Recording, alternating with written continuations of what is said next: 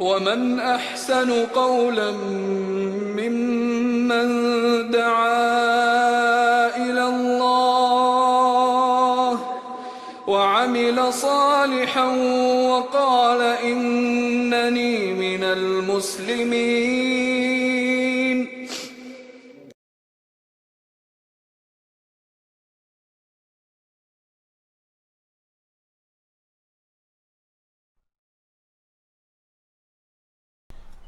بسم الله الرحمن الرحيم. السلام عليكم ورحمة الله وبركاته. إن الحمد لله نحمده ونستعينه ونستغفره ونعوذ بالله من شرور أنفسنا ومن سيئات أعمالنا. من يهده الله فلا مضل له ومن يضلل فلا هادي له، وأشهد أن لا إله إلا الله وحده لا شريك له، وأشهد أن محمدا عبده ورسوله. أما بعد. Tuan-tuan dan puan-puan, ikhwah muslimin muslimat yang dikasihi, bertemu kita dalam daurah membaca kitab Hadis 40 karangan Imam An-Nawawi rahimahullah. Tuan-tuan dan puan-puan, pada malam ini kita akan sambung membaca hadis yang keempat, hadis yang keempat daripada kitab Hadis 40 karangan Imam An-Nawawi ini.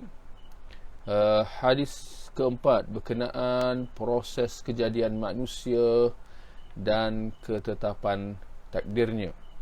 Jadi boleh kita sama-sama melihat hadisnya. Kita akan bacakan teks, atau kita akan bacakan matannya dalam bahasa Arab, kemudian terjemahannya.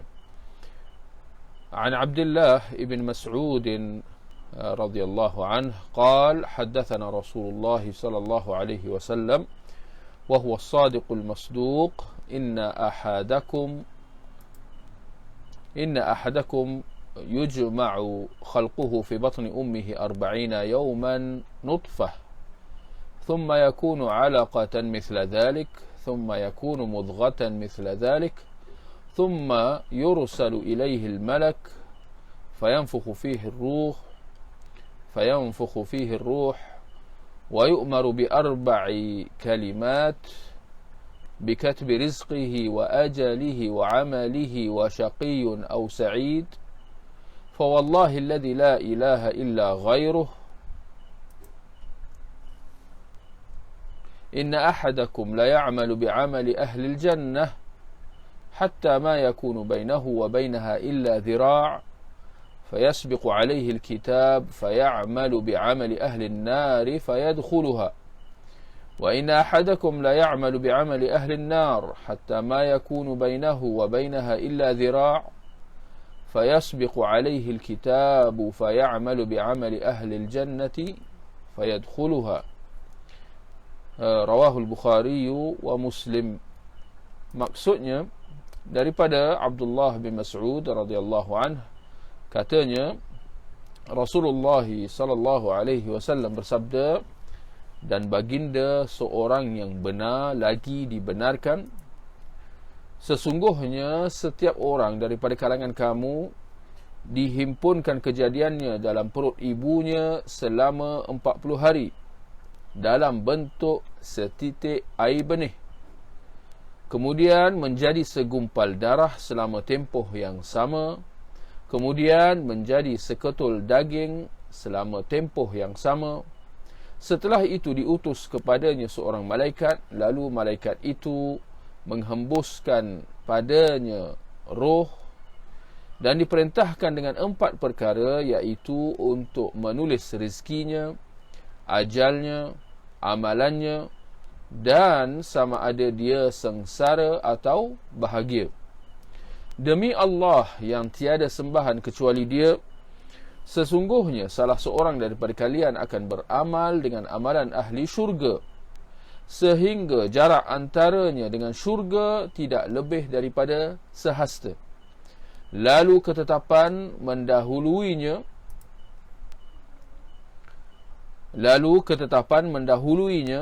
dan dia beramal dengan amalan ahli neraka sehingga dia memasukinya. Dan sesungguhnya salah seorang daripada kalian akan beramal dengan amalan ahli neraka sehingga jarak antaranya dengan neraka tidak lebih daripada sehasta. lalu ketetapan mendahuluinya, dan dia beramal dengan amalan ahli syurga sehingga dia memasukinya. Hadis riwayat Bukhari dan Muslim.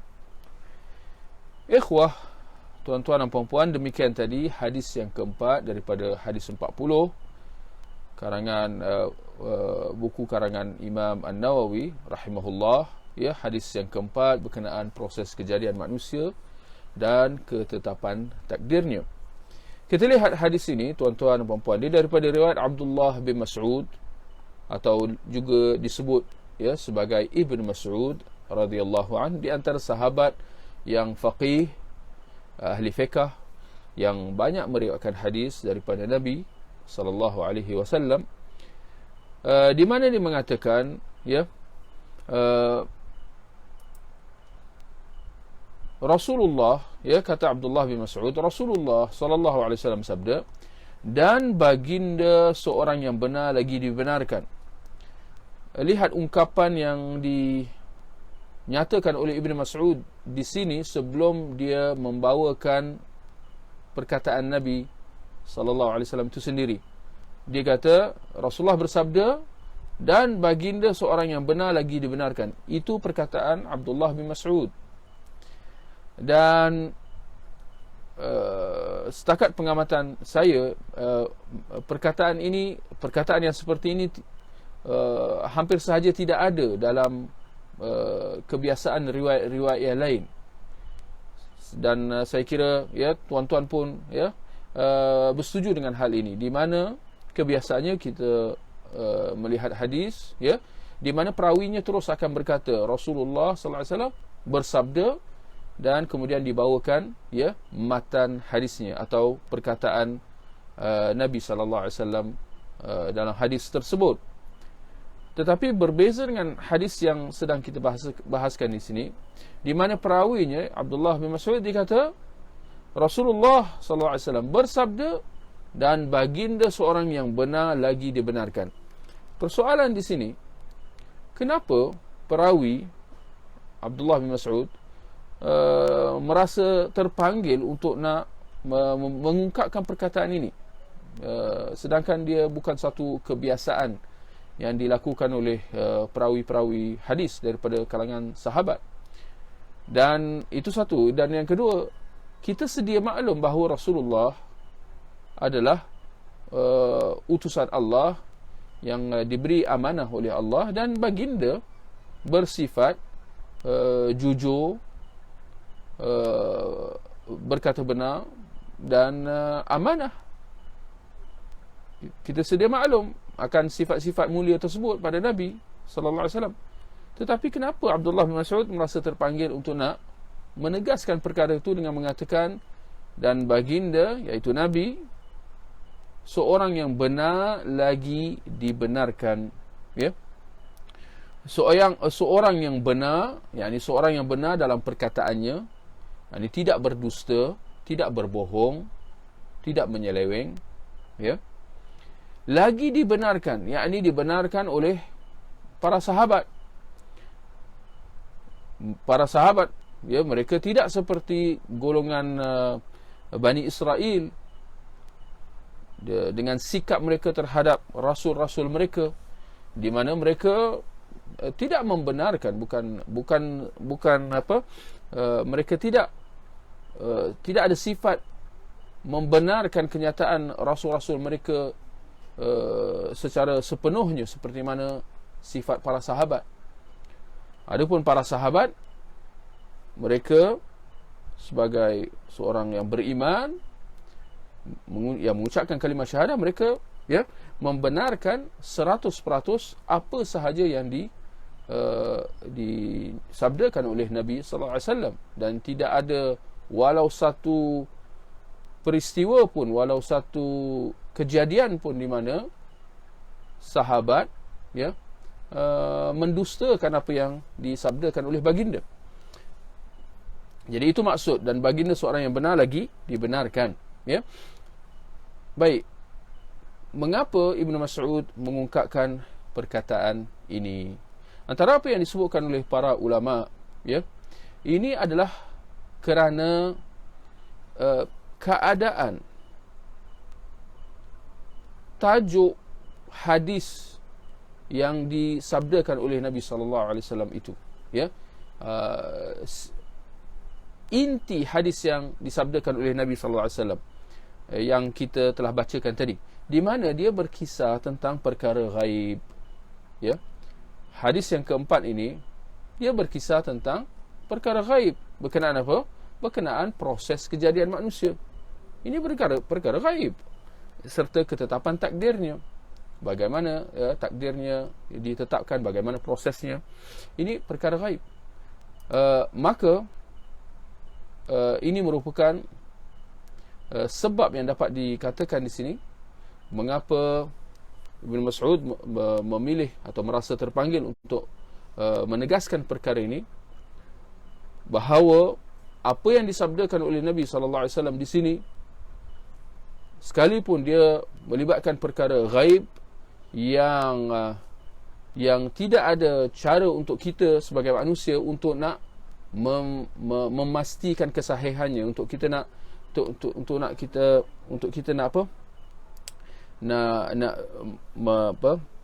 nak menyemaknya, nak mengkajinya, atau nak melihat sejauh mana ketepatannya dan sebagainya.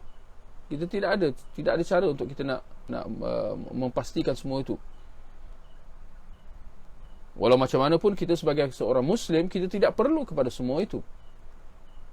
Sebaliknya, kita sami'na wa ata'na, kita membenarkan segala apa yang disabdakan oleh Nabi SAW, kerana kita percaya kepada baginda dan kita meyakini bahawa segala apa yang disabdakan oleh baginda itu tidak lain melainkan wahyu yang diturunkan kepada baginda SAW, ya. Termasuklah apa yang disabdakan oleh baginda berkenaan proses kejadian manusia ini. Ini semua wahyu daripada Allah Subhanahu wa taala, ya. Baik, jadi itu sebab kenapa, ya, itu sebab yang dapat dinyatakan di sini kenapa Ibn Mas'ud, ya, merasa terpanggil untuk nak menegaskan perkara ini, ya, bahawa benda ni tidak ada sebarang kesangsian padanya, ya, pada seorang Muslim. Apa yang disabdakan di sini semua benar-benar belaka, ya, tanpa sebarang keraguan, kerana ia merupakan sabda Nabi sallallahu alaihi wasallam. Kemudian kita lihat teks hadisnya. Nabi sallallahu alaihi wasallam bersabda, sesungguhnya setiap orang daripada kalangan kamu dihimpunkan kejadiannya dalam perut ibunya. Ini asal usul kejadian manusia. Nabi kata, sesungguhnya seorang daripada kalangan kamu dihimpunkan kejadiannya dalam perut ibunya.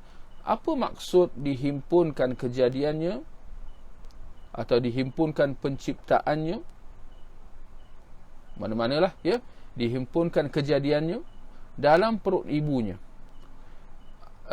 Antara apa yang ditafsirkan oleh para ulama, maksudnya dihimpunkan kejadian di sini yakni dihimpunkan benih antara lelaki dan perempuan, antara benih si suami dengan benih si isteri, atau apa yang disebutkan sebagai proses pensenyawaan, lebih kurang macam itulah, ya.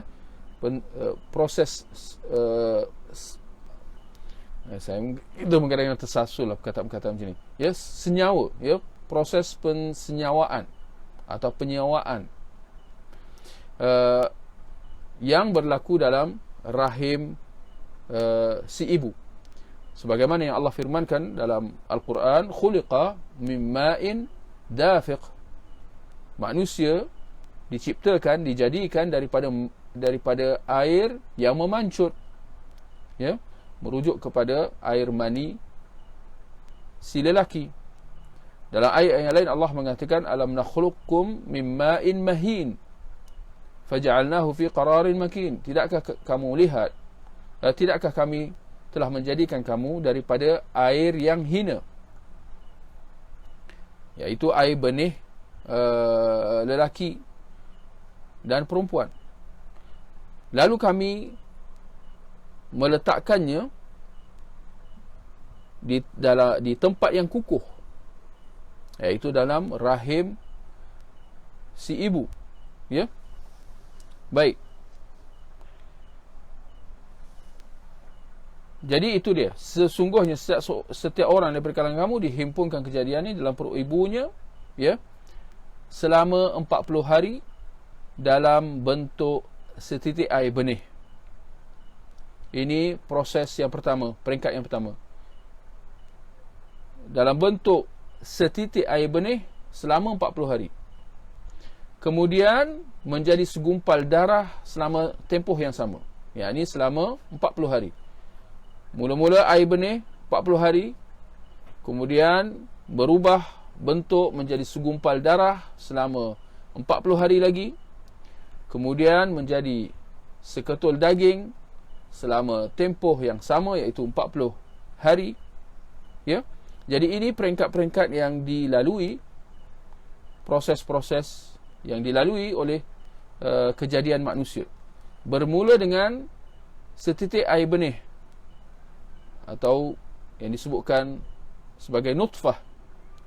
Nutfah dari segi bahasanya maknanya air yang sedikit.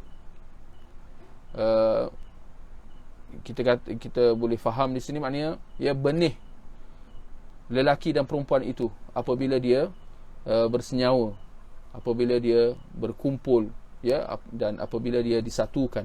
Air yang sedikit. Dia terus berkembang selama tempoh 40 hari. Kemudian masuk ke peringkat yang kedua yang seterusnya, iaitu apabila dia berubah menjadi alaqah, yakni segumpal darah.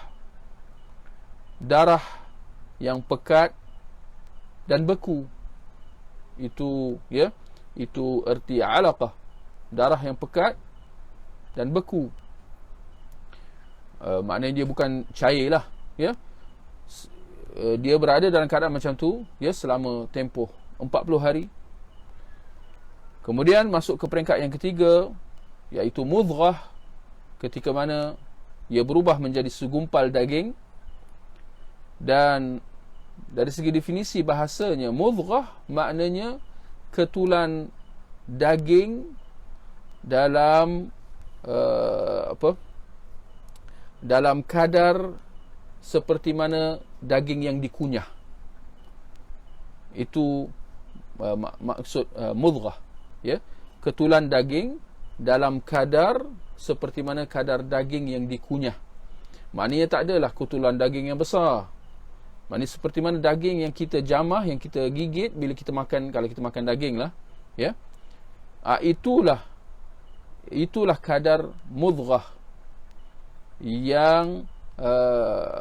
yang berlaku dalam proses kejadian manusia, ya.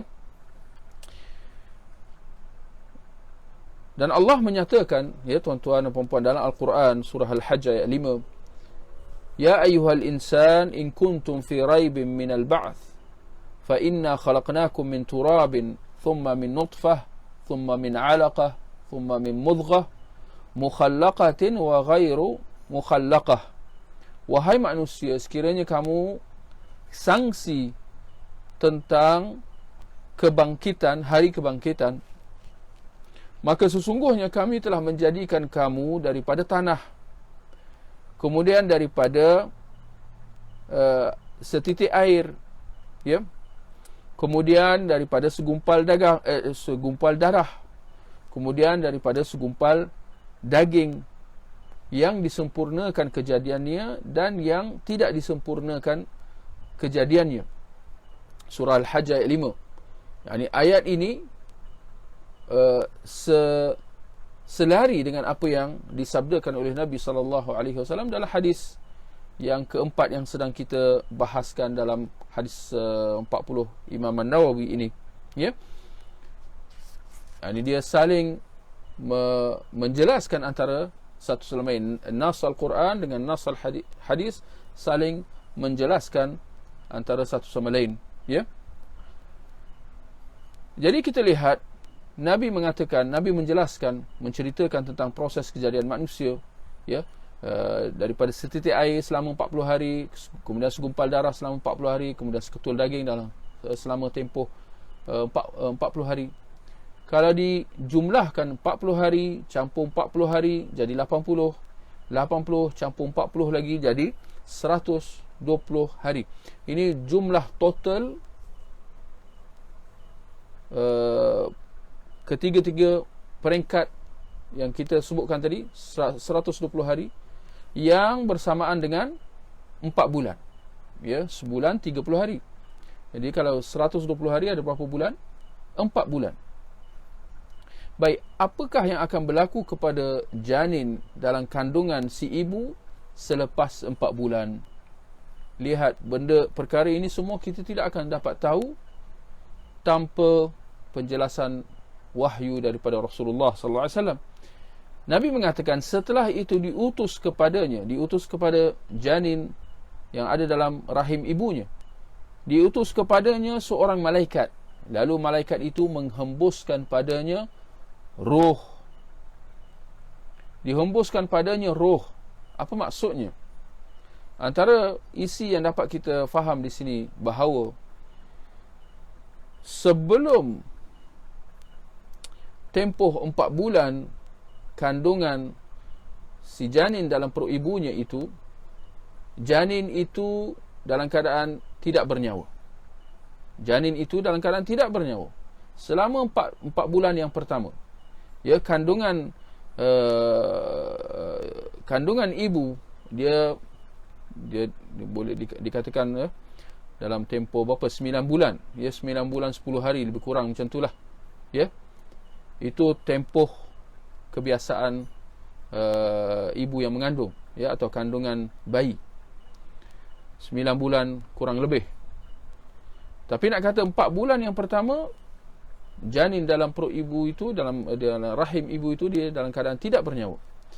Hanya selepas dia melepasi tempoh 4 bulan, baru roh ditiupkan ke dalamnya oleh malaikat yang diutuskan kepadanya. Ya. Dan ini yang boleh kita fahami daripada firman Allah surah Ghafir ayat 11. Allah kata, qalu rabbana amattana thnataini wa ahyaitana thnatain. Mereka berkata, wahai Tuhan kami, Engkau telah mematikan kami dengan 2 kematian dan telah menghidupkan kami dengan 2 kehidupan. Apa maksud ayat ini? Surah Ghafir ayat 11. Engkau, ya Allah, telah mematikan kami dengan 2 kematian dan menghidupkan kami dengan 2 kehidupan. Antara penjelasan para ulama berkenaan 2 kematian dalam ayat ini, kematian yang pertama ialah ketika dalam tempoh sebelum ditiupkan roh. Janin dalam proses penciptaannya sebelum dia ditiupkan roh, di mana janin itu dalam keadaan tidak bernyawa, dalam keadaan mati. Ya. Itu kematian yang pertama. Setelah ditiupkan roh, itu kehidupan yang pertama. Sehinggalah dia lahir, kemudian dia membesar, tumbuh besar, kemudian sampailah, ya, tiba ajalnya. Itu kehidupan yang pertama.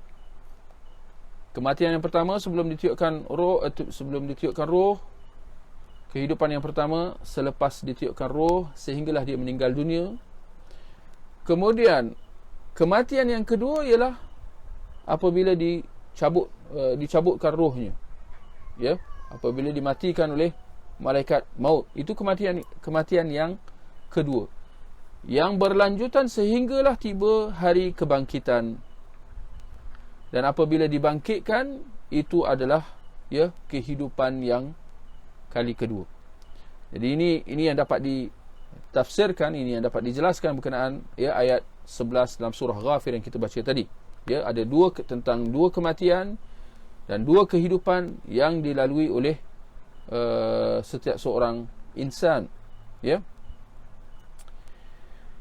Dan boleh kita katakan penjelasan yang kita telah berikan tadi tentang, ya, dua kematian dan dua kehidupan manusia, bahawa manusia apabila tiba ajalnya dia mati, dan dia mati sehinggalah tiba hari kebangkitan. Kematian ini kita kata tidaklah menafikan tentang kehidupan di alam barzakh. Kehidupan di alam barzakh. Mungkin daripada satu sudut seolah-olah macam ada kontradik. Kalau kita dah kalau roh sudah dicabut, maknanya kita dah mati. Kemudian kita akan dikebumikan, ditanam, ya, dikuburkan, dan kita terus akan kekal di situ sehingga tiba hari kebangkitan. Maknanya selama tempoh itu kita mati. Dan itu yang kita faham, ya, dan itulah realitinya, ya. Tetapi bagaimana dengan kehidupan alam barzakh, ya? Kenapa tidak dikatakan kematian alam barzakh atau istilah-istilah yang seumpamanya? Kita kata ini, kita kata tidak ada percanggahan antaranya, ya. Dia adalah kematian daripada satu sudut dan kehidupan daripada satu sudut yang lain, ya. Walau macam mana pun, ya, kita kata kehidupan alam barzakh dia tidak seperti kehidupan biasa sebelumnya atau selepasnya. Sebelumnya iaitu ketika di dunia, atau selepasnya apabila dia tiba hari akhirat kelak, ya. Dia adalah kematian, sekalipun dalam masa yang sama dia ada kehidupannya yang tersendiri. Tidak ada percanggahan, insya-Allah, ya, dalam hal itu, ya.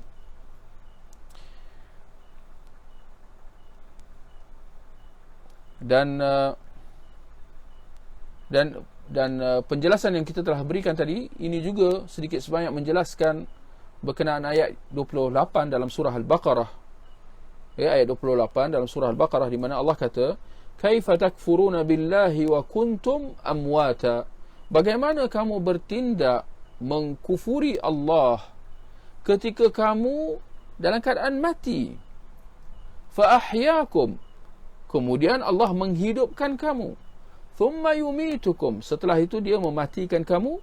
Thumma yuhyikum, dan kemudian setelah itu dia menghidupkan kamu semula. Thumma ilaihi turja'un, dan setelah itu kamu akan setelah itu kepadanya lah, kepada Allah jugalah kamu akan dikembalikan.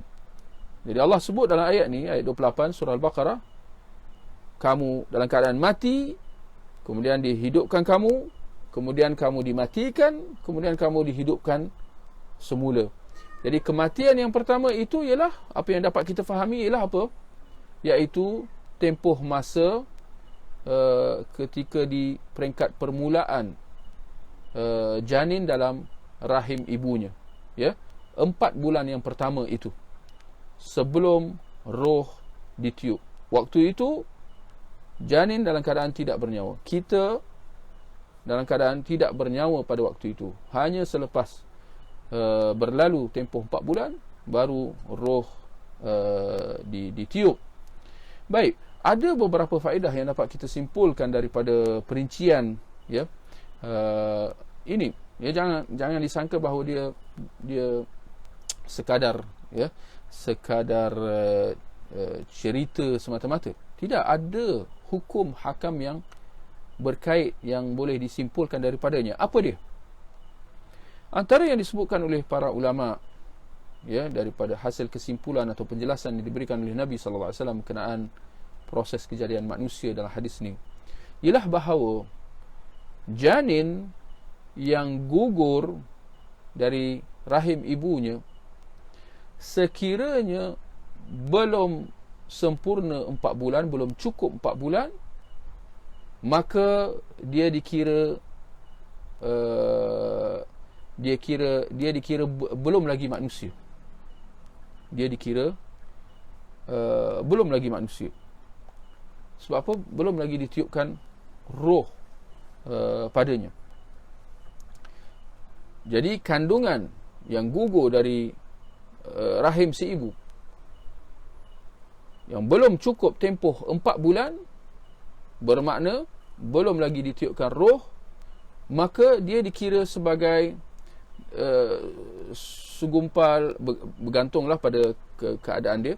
Tapi barangkali kalau mungkin dah pada peringkat akhir, ya, sebelum sempurna 4 bulan tu, mungkin waktu itu dia dah menjadi seketul daging, seperti dalam peringkat kejadian manusia yang kita cerita tadi.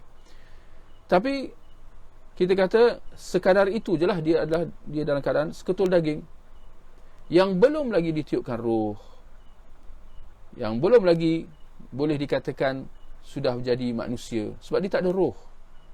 Maka belum, dari segi hukumnya belum jadi manusia. Maka antara hukum yang berkaitan ialah bahawa keguguran itu, janin itu tidak perlu dimandikan, kafankan atau disalatkan di samping dikuburkan di perkuburan orang Islam. Tak perlu semua itu, sebab dia belum lagi bernyawa pun, belum lagi ditiupkan ruh, ya. Demikian juga dengan ibunya, dia tidak perlu melalui tempoh nifas, ya. Kenapa? Kerana tidak ada kandungan yang tidak ada bayi yang lahir daripadanya. Tidak ada, ya, kandungan yang bernyawa yang keluar daripadanya. Ya, sebaliknya apa yang keluar adalah apa yang berlaku ialah keguguran, ketika mana kandungan itu belum lagi cukup tempoh 4 bulan seperti yang kita sebutkan tadi. Maka dia, ya, si ibu, ya, tidak akan menjalani tempoh nifas, ya, atau iddah kalau sekiranya dia telah diceraikan oleh suaminya, atau dia kematian suaminya, dia tidak perlu menjalani iddah, ya. Baik. Demikian adalah antara kesimpulan yang dapat disimpulkan daripada poin ini, ya. Baik.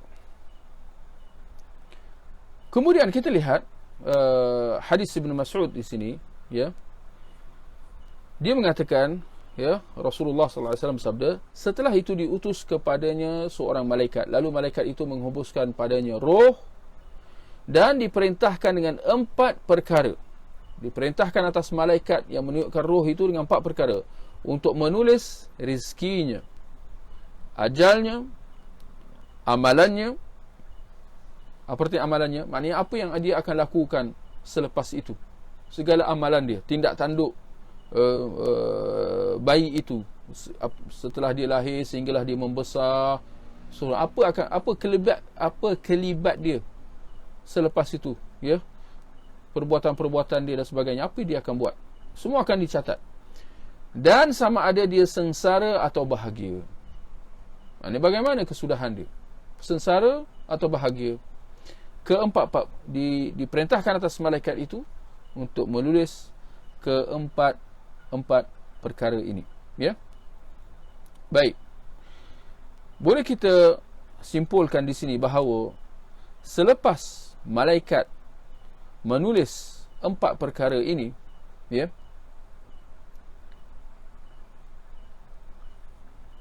maka kita katakan selepas tempoh 4 bulan itu, maka persoalan sama ada kandungan itu lelaki atau perempuan, dia belum lahir lagi. Ini baru cukup 4 bulan saja. Kandungan baru 4 bulan, ya. Belum lahir. Tetapi persoalan tentang janin itu sama ada dia lelaki atau perempuan, pada waktu itu bukan lagi termasuk dalam perkara ghaib yang hanya diketahui oleh Allah Subhanahu Wa Taala. Tidak lagi. Kenapa? Kerana waktu itu malaikat dah tahu. Kerana dia telah diperintahkan untuk menulis 4 perkara ni, ya. Ditulis rezekinya, ajalnya, amalnya, dan sama ada dia sengsara atau bahagia. maka dengan kesimpulannya malaikat dah tahu bahawa ya janin itu akan lahir sama ada lelaki atau perempuan, ya. Dan ini dapat membantu kita untuk kita memahami ayat 34 dalam surah Luqman, ya, ayat 34 surah Luqman, di mana Allah berfirman, innallaha 'indahu 'ilmus sa'ah wa yunazzilul ghaith wa ya'lamu ma fil arham wa ya'lamu ma fil arham. Sesungguhnya di sisi Allah ilmu tentang bila akan berlakunya hari kiamat, dan dia yang menurunkan hujan, dan dia mengetahui apa yang ada dalam kandungan, dan Allah mengetahui apa yang ada dalam kandungan. Maksudnya hanya Allah yang tahu apa yang ada dalam kandungan. Ayat ini perlu kita harmonikan dengan hadis yang keempat yang sedang kita bacakan di sini. Dengan kita memperincikan, mengatakan bahawa sebelum tempoh 4 bulan, sebelum ditiupkan roh, waktu itu segala apa yang berkait dengan janin itu hanya Allah yang tahu. Berbanding selepas janin itu melepasi tempoh 4 bulan, dengan ditiupkan roh dan ditulis 4 perkara yang telah kita sebutkan tadi, waktu itu ilmu berkenaan janin dalam kandungan itu bukan hanya diketahui oleh Allah, bahkan waktu itu malaikat yang berkenaan sudah pun turut mengetahuinya, ya. Maka tidak timbul persoalan atau kemusykilan yang mungkin dibangkitkan oleh sebahagian, ya, khususnya pada masa dahulu, apabila wujud teknologi yang dapat mengenal pasti janin bayi dalam kandungan ketika dia dah cukup sekitar 6 bulan, 7 bulan. Apabila janin tu dah besar lah, ya, apatah lagi kalau dah nak dekat-dekat nak bersalin, ya, nak dekat-dekat nak dekat cukup 9 bulan. Ada alat teknologi sekarang ni di mana tak perlu nak tunggu bayi itu lahir sebelum dapat tahu, ya, janin dia lelaki atau perempuan. Kalau zaman dulu, iyalah, memang kena tunggu dia ibu tu bersalin baru dapat tahu bayi itu lelaki atau perempuan. Itu dulu. Tapi sekarang dengan teknologi, digunakan alat ultrasound ke apa benda nama, dapat mengenal pasti, dapat melihat, bahkan dapat melihat keadaan kelibat bayi dalam kandungan si ibu. Termasuklah, ya, mengetahui sama ada dia lelaki atau perempuan. Jadi bagaimana kita mengharmonikan antara hakikat ini dengan ayat 34 surah Luqman yang baru kita baca tadi, di mana Allah kata, dan dialah yang mengetahui apa yang ada dalam kandungan, yang antaranya sama ada dia lelaki dan perempuan dan sebagainya. Kita kata ayat ini boleh kita fahami dia berkenaan sebelum tempoh 4 bulan secara khasnya, ya. Adapun selepas itu, ya, selepas ditiupkan roh, itu ada perincian yang telah kita sebutkan tadi, ya. Baik. Juga daripada apa yang telah dinyatakan dalam hadis ini tentang ditetapkan atas setiap seorang, ditulis, ya, apabila ditiupkan roh, setiap seorang manusia itu ditulis tentang 4 perkara, tentang rezekinya, ajalnya, amalnya, dan sama ada dia sengsara atau bahagia. Hakikat ini, kenyataan ini menunjukkan kepada kita bahawa takdir Allah telah mendahului segala-gala. Seperti mana yang kita telah bahaskan dalam hadis Jibril sebelum ni, hadis yang kedua, yang antaranya berkenaan beriman dengan takdir baik dan buruk. Jadi hadis ini menjelaskan, secara tidak langsung menjelaskan kepada kita bahawa takdir Allah telah mendahului segala-galanya. Termasuklah berkenaan rizki kita, ajal kita, amal kita, dan kesudahan kita baik atau buruk. Semuanya sudah termaksud dalam ketetapan dan ketentuan Allah yang tertulis dalam kitab suratan takdir, kitab Lauh Mahfuz. Baik. Satu perkara yang boleh kita tegaskan di sini berkenaan perkara yang keempat yang ditulis oleh malaikat tadi, iaitu sama ada seseorang itu sengsara atau bahagia.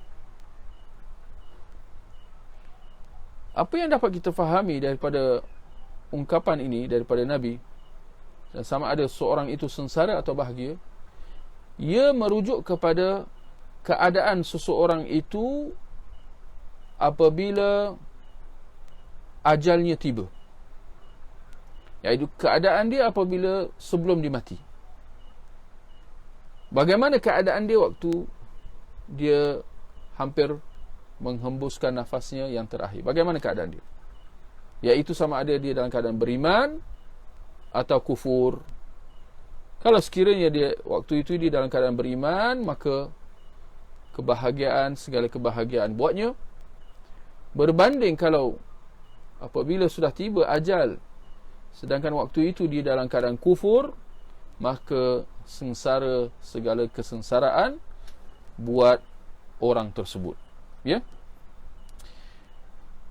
Maka daripada itu dapat kita simpulkan bahawa manusia, keadaan manusia dari segi permulaan dan kesudahan kehidupannya di dunia tak lari daripada 4 keadaan. Kehidupan manusia di dunia tak lari daripada 4 keadaan. Yang pertama, orang yang kehidupannya di dunia bermula dalam keadaan baik dan berakhir dalam keadaan baik. Bermula dalam keadaan baik, di peringkat awal hidupnya di dunia, ketika waktu remajanya, waktu dia pemuda, waktu dia dewasa, sehinggalah dia tiba usia tuanya, sehinggalah dia meninggal dunia dalam keadaan baik belaka. Bermula dengan keadaan baik dan berakhir dengan baik. Ini keadaan yang pertama. Keadaan yang kedua, orang yang permulaan kehidupannya dalam keadaan buruk dan keadaan akhir kehidupannya juga buruk. Adapun kategori yang ketiga, orang yang permulaan kehidupannya baik tetapi kesudahannya buruk. Seperti orang yang di peringkat awalnya dia tumbuh membesar dalam keadaan taat kepada Allah, tetapi kerana sebab-sebab yang tertentu menepati ketetapan dan takdir Allah, di akhir hidupnya dia murtad. Orang itu murtad dan dia mati dalam keadaan murtad. Wal'iyadu billah. Permulaannya baik tetapi kesudahannya buruk.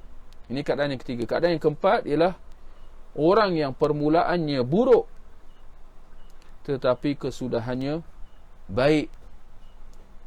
Antara contohnya ialah seperti ahli sihir Fir'aun,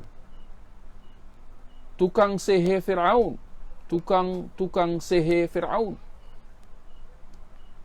di mana mereka pada awalnya kufur. Sebagai ahli sihir, tukang sihir, kufur. Tetapi setelah mereka melihat mukjizat Nabi Musa, mereka kata apa? Allah cerita dalam Quran, mereka kata amanna bi Rabbi Musa wa Harun. Kami beriman dengan Tuhan Nabi Musa dan Tuhan Nabi Harun. lalu menyebabkan mereka dihukum bunuh oleh Firaun. Jadi pada awalnya mereka kufur, tetapi kesudahan dia di peringkat akhir hidup mereka beriman. Demikian juga seperti mana dalam kisah pada zaman Rasulullah sallallahu alaihi wasallam, si pemuda Yahudi yang berkhidmat kepada Nabi sallallahu alaihi wasallam, yang diceritakan dalam hadis riwayat Bukhari, di mana apabila pemuda itu jatuh sakit, Nabi menziarahinya, dan Nabi tidak melepaskan peluang untuk mengajaknya supaya mengucapkan kalimah syahadah.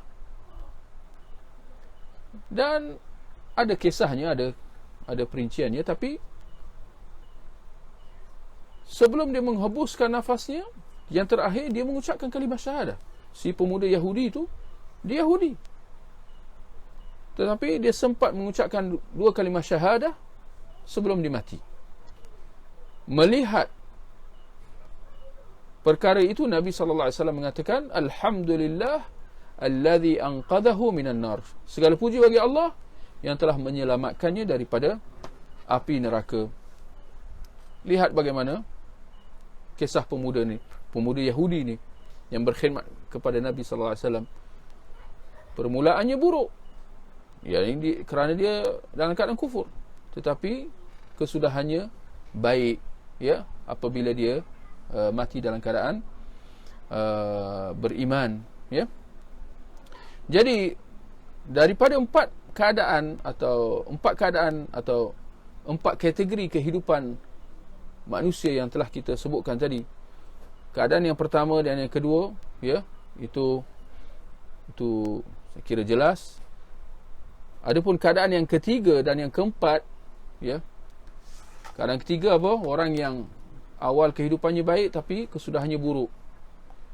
Keadaan yang keempat, orang yang awal kehidupannya buruk tapi kesudahannya baik. Ini dijelaskan oleh Nabi sallallahu alaihi wasallam pada bahagian kedua hadis yang sedang kita bahaskan ini, di mana Nabi sallallahu alaihi wasallam bersabda, demi Allah yang tiada sembahan kecuali Dia, sesungguhnya salah seorang daripada kalian akan beramal dengan amalan ahli syurga. Apa artinya beramal dengan amalan ahli syurga? Maknanya mengerjakan hal-hal ketaatan, sehingga jarak antaranya dengan syurga tidak lebih daripada sehasta. Apa artinya? Apa yang dapat difahami di situ maknanya tempoh ajalnya, hampirnya tempoh ajalnya. Maknanya tinggal, kalau dia mati waktu itu, dia masuk syurga dah. Itu maksud dia, Tetapi Nabi kata apa? Lalu ketetapan mendahuluinya. Maknanya takdir mengatasi segala-gala. Dan dia beramal dengan amalan ahli neraka. Yani ketika dah nak dekat nak mati dah tu. Maknanya dia peringkat akhir hidup dia, dia beramal dengan amalan ahli neraka. Apa agaknya amalan ahli neraka? Kita kata tidak lain dan tidak bukan hal-hal kemaksiatan, hal-hal kebid'ahan, seperti mana hal-hal kesyirikan dan kekufuran. Dia beramal dengan amalan ahli neraka sehingga dia memasukinya. Kenapa? Kerana dia mendapat su'ul khatimah. Apa artinya su'ul khatimah? Ini kesudahan yang buruk. Ketika mana peringkat awal dia beramal dengan amalan ahli syurga, mengerjakan hal-hal ketaatan, tetapi entah bagaimana di akhir hidup dia beramal dengan amalan ahli neraka, dan dia mati dalam keadaan macam tu. Wal'iyadu billah. Semoga Allah memelihara kita daripada mendapat su'ul khatimah. Semoga Allah mengurniakan kepada kita husnul khatimah. Kemudian Nabi kata, dan sesungguhnya salah seorang daripada kalian akan beramal dengan amalan ahli neraka. Maksudnya pada peringkat awal hidupnya beramal dengan amalan ahli neraka, sehingga jarak antaranya dengan neraka tidak lebih daripada sehasta, iaitu merujuk kepada tempoh ajalnya yang sudah semakin hampir. Lalu ketetapan mendahuluinya, yakni takdir telah segala apa takdir itu telah pun tertulis. Ya, tentang kehidupan manusia, bagaimana ya akhir hidupnya, semua itu telah tertulis ya dalam suratan takdir. Lalu ketetapan mendahuluinya dan dia beramal dengan amalan ahli syurga sehingga dia memasukinya. Ya. Jadi ini merujuk kepada ya keadaan atau kategori yang keempat yang kita sebutkan tadi, orang yang awal kehidupannya buruk tetapi kesudahan kehidupannya baik. Walau macam mana pun, yang penting seperti mana dalam hadis Nabi sallallahu alaihi wasallam, Nabi mengatakan innamal ibratu bil khawatim. Sesungguhnya apa yang diambil kira ialah keadaan kesudahan hidup seseorang itu. Sesungguhnya apa yang diambil kira ialah keadaan kesudahan seseorang itu, iaitu keadaan ketika sebelum dia mati. Itu yang akan diambil kira. Sebelum itu perkara yang lain. Sebelum itu dia baik atau buruk, itu satu perkara. Tetapi yang akan yang akan menentukan perjalanan hidupnya selepas itu, keadaan dia di hari akhirat, ialah bagaimana keadaan dia sebelum dia menghembuskan nafasnya yang terakhir. Bagaimana keadaan dia waktu itu? Adakah dia dalam keadaan beriman atau kufur? Itu hujung pangkal dia. Dan ini menjelaskan kepada kita ya sabda Nabi sallallahu alaihi wasallam, man kana akhiru kalamihi min kalami dunya la ilaha illallah dakhala al-jannah. Barang siapa kalimah terakhirnya dalam kehidupan dunia ini ialah la ilaha illallah, dia masuk syurga. Barang siapa kalimah terakhirnya di dunia ini la ilaha illallah, dia masuk syurga. Menunjukkan apa? Menunjukkan peri pentingnya keadaan kita baik, kita sedaya upaya berusaha supaya terus istiqamah di atas jalan kebenaran, di atas jalan keimanan dan ketakwaan, khususnya apabila ya kita menghembuskan nafas kita yang terakhir. Dan mereka yang berada dalam keadaan macam tu, yakni mendapat mati dalam keadaan beriman, apatah lagi mati dalam keadaan sempat mengucapkan kalimah syahadah, mereka itulah orang-orang yang mendapat husnul khatimah, kesudahan yang baik, yang mana itu semua akan menjadi isyarat bahawa apa yang menantinya dalam kehidupan yang seterusnya juga baik, ya. Maka boleh kita katakan sebagai kesimpulan daripada hadis yang keempat berkenaan proses kejadian manusia dan ketetapan takdirnya, hadis ini menjadi satu ingatan, ya, menjadi satu peringatan buat kita supaya kita tanamkan dalam diri kita dua sifat, iaitu sifat khauf dan raja, sifat takut dan berharap. Dua sifat ini perlu ada dalam diri kita. Takut dan berharap. Takut kemurkaan Allah, takut dosa-dosa, takut daripada hal-hal maksiat, takut ya azab Allah, seperti mana takut daripada azab seksa api neraka. Kerana itu kita diperintahkan supaya sentiasa meminta perlindungan daripada Allah daripada api neraka. Ya. Allahumma ajirni minan nar. Ya Allah, lindungilah aku daripada api neraka. Kena ada perasaan takut itu. Jangan sekali-kali kita mendabik dada, menganggap diri kita selamat. Orang yang ada sifat macam tu, dialah yang akan binasa. Perlu ada rasa takut. Takut kemurkaan Allah, takut azabnya, takut api nerakanya. Dalam masa yang sama, rasa takut itu perlu diimbangi dengan raja, rasa berharap. Berharap kepada keampunan Allah, mengharapkan ganjaran pahalanya, mengharapkan keredaannya, mengharapkan kurniaannya, mengharapkan keampunannya, dan kemuncaknya mengharapkan syurganya. Perlu ada, ya, dan kita imbangi kedua-duanya, rasa takut dan berharap. Mengapa demikian? Mengapa perlu ada khauf dan raja ini, takut dan berharap ini? Antaranya ialah kenapa?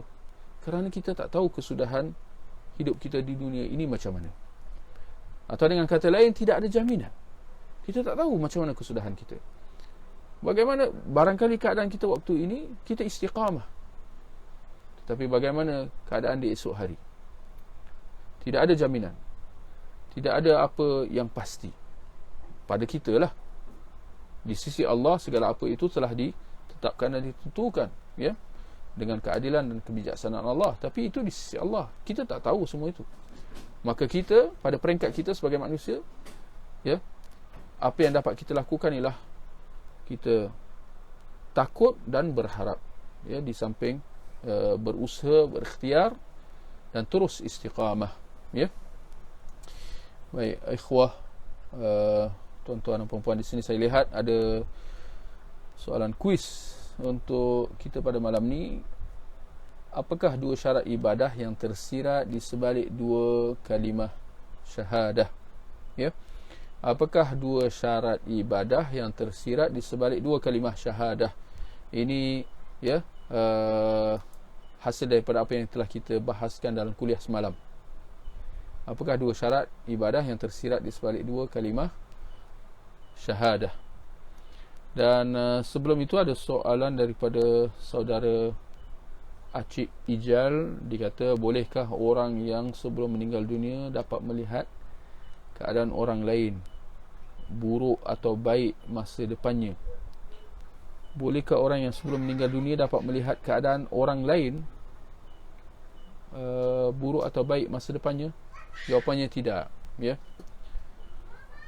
Apa sahaja yang berkait tentang masa depan, apa sahaja, apa yang akan, kejadian yang akan berlaku pada hari esok, peristiwa-peristiwa, kesudahan kita atau kesudahan orang lain, apa yang menanti kita di esok hari dan sebagainya, nasib kita, ya, esok hari dan sebagainya, ini semua dalam perkara ghaib, ya, termasuk dalam perkara ghaib yang tidak diketahui oleh manusia. Barang siapa yang mendakwa bahawa dia dapat mengetahui hal-hal yang ada di masa depan, maka dia termasuk dalam kalangan tukang tilik, atau apa yang diistilahkan sebagai kahin atau arraf, yang kufur dengan Allah Subhanahu wa taala. Dalam hadis Nabi sallallahu alaihi wasallam mengatakan, man ata arrafan faqad kafara bima unzila ala Muhammad. Barang siapa yang mendatangi orang yang mendakwa dia mengetahui apa yang akan berlaku pada hari esok, kejadian-kejadian di masa hadapan, maka dia telah kufur dengan apa yang diturunkan ke atas Nabi Muhammad sallallahu alaihi wasallam. Dengan kata lain, sebagai jawapan kepada soalan yang diajukan tadi, bolehkah seseorang itu, tak kira lah sebelum dia meninggal dunia dan sebagainya, untuk dia melihat keadaan orang lain baik atau buruk masa depannya? Jawapannya tidak mungkin sama sekali, kerana itu termasuk dalam perkara ghaib bagi manusia, ya, bagi manusia. Tidak ada jalan.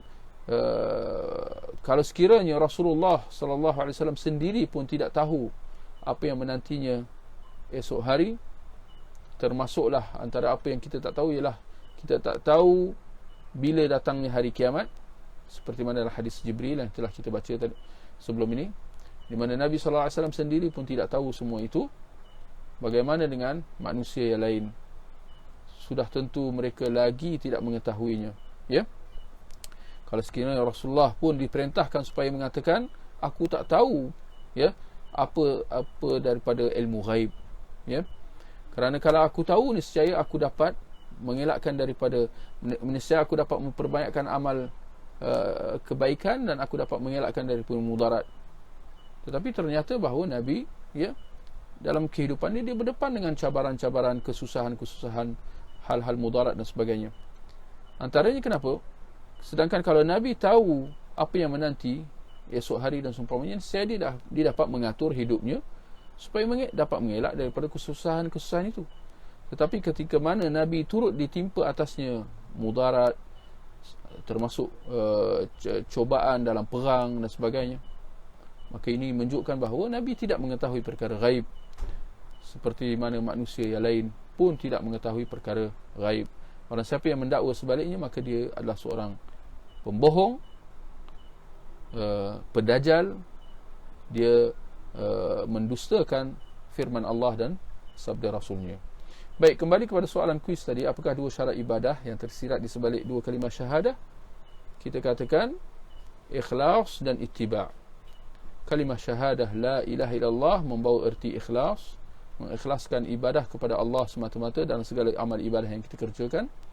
Adapun wa asyhadu anna Muhammadar Rasulullah, persaksian kita bahawa Nabi Muhammad ialah hamba Allah dan utusannya, ya, dia tersirat di sebaliknya, ya, tuntutan ittiba', mengikuti contoh tauladan baginda sallallahu alaihi wasallam dalam kita melaksanakan amal ibadah kita, ya.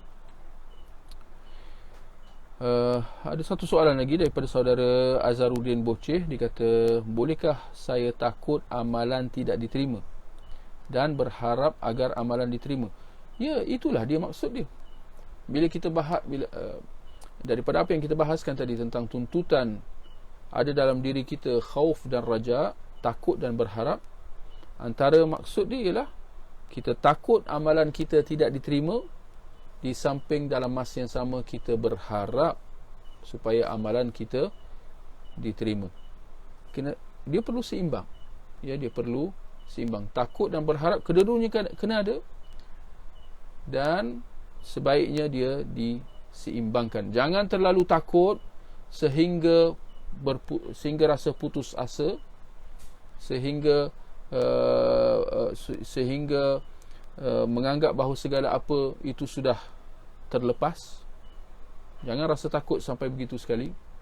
Dan dalam masa yang sama, jangan terlalu merasa selesa, mengharap dan yakin akan keampunan Allah serta syurganya, seperti mana golongan Kristian.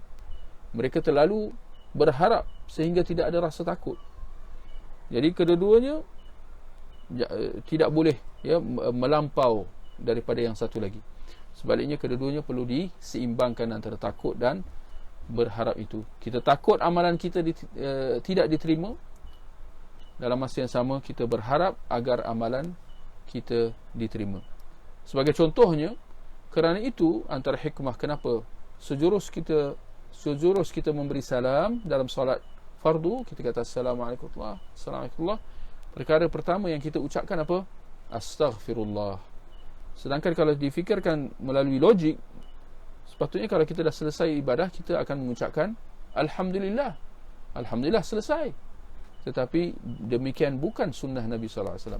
Sunnah Nabi mengajar kita supaya selepas sahaja salam, sebelum kita berzikir, zikir yang diajarkan, yang pertama diajarkan, yang disunatkan supaya kita mengucapkannya ialah beristighfar sebanyak 3 kali secara khasnya. Astaghfirullah, astaghfirullah, astaghfirullah. Kenapa dituntut supaya bermula dengan istighfar? Antara yang dapat kita katakan di sini ialah kenapa? Kerana rasa takut. Walaupun dah selesai ibadah, dari segi praktikalnya, ya, dah selesai. Tetapi sejauh mana solat yang baru kita kerjakan itu diterima oleh Allah? Jawapannya kita tak tahu. Tidak ada sebarang kepastian dan tidak ada sebarang jaminan. Dari segi syarat dan rukunnya, kita boleh kata telah dipenuhi. Tetapi dari segi hakikatnya, diterima oleh Allah atau tidak, sedangkan kita manusia memang ada salah silap, mesti ada kekurangan dan seumpamanya, termasuk dalam salat yang baru kita kerjakan itu. ya. Maka kerana itu perlu ada rasa takut, ya. Takut amalan tidak diterima, dan masa yang sama berharap agar amalan kita itu diterima. Maka kerana itu, ya, disunatkan supaya kita beristighfar sebanyak 3 kali sujud selepas memberi salam daripada salat fardu, ya. Baik ikhwah, tuan-tuan dan puan-puan, saya ingat sampai di situ saja untuk kuliah kita pada malam ni, dan insya-Allah jika dipanjangkan umur, kita berjumpa lagi di di minggu depan, ya. Jumpa di minggu depan untuk kita sambung lagi bacaan kita dalam hadis 40 ini. Baik, kita akhiri dengan tasbih kafarah. Subhanakallahumma wa bihamdik, asyhadu an la ilaha illa anta, astaghfiruka wa atubu ilaik. Wa sallallahu ala nabiyyina Muhammad wa ala alihi wa sahbihi ajma'in. Wassalamu alaikum warahmatullahi wabarakatuh.